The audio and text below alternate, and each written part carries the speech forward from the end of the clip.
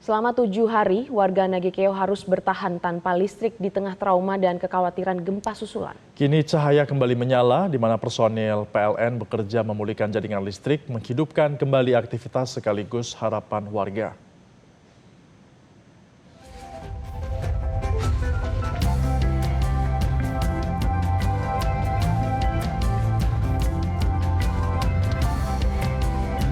Berdampingan dengan pohon-pohon kelapa yang menjulang ke langit, tiang-tiang listrik di desa Tonggurambang, Nagekeo kini kembali berdiri tegak.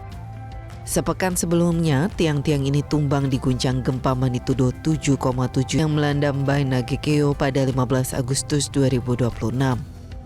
Di tengah trauma dan kekhawatiran akan gempa susulan, kegelapan membuat suasana di rumah-rumah warga semakin mencekam.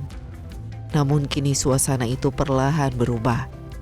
Tiang-tiang besi kembali tegak, kabel-kabel mulai terbentang, dan cahaya kembali menyala di rumah-rumah warga. Bagi warga yang tengah bertahan di tengah bencana, listrik adalah bagian dari kehidupan yang perlahan kembali normal.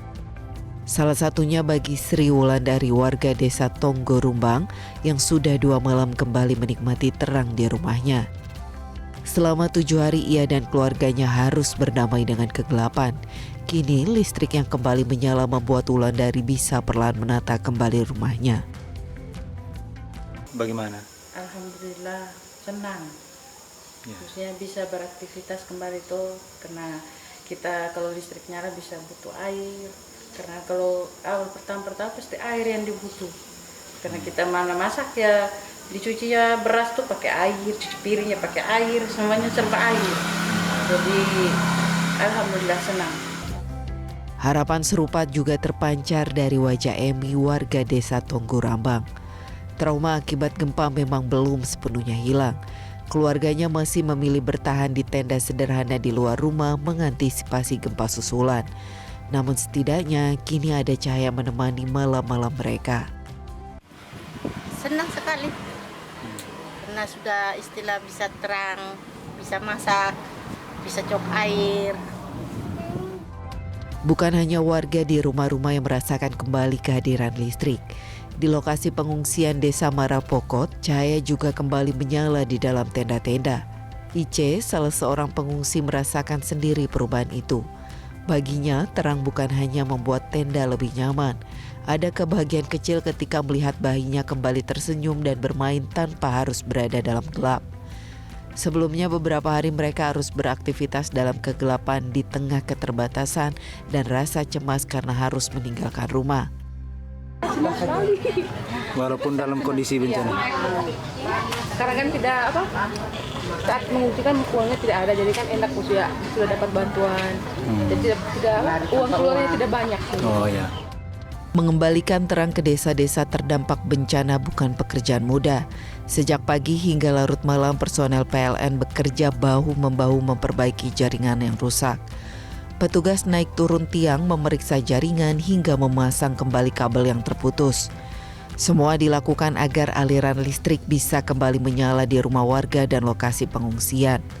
2 gardu induk di Bajawa dan Mbai disebut telah kembali pulih secara sistem.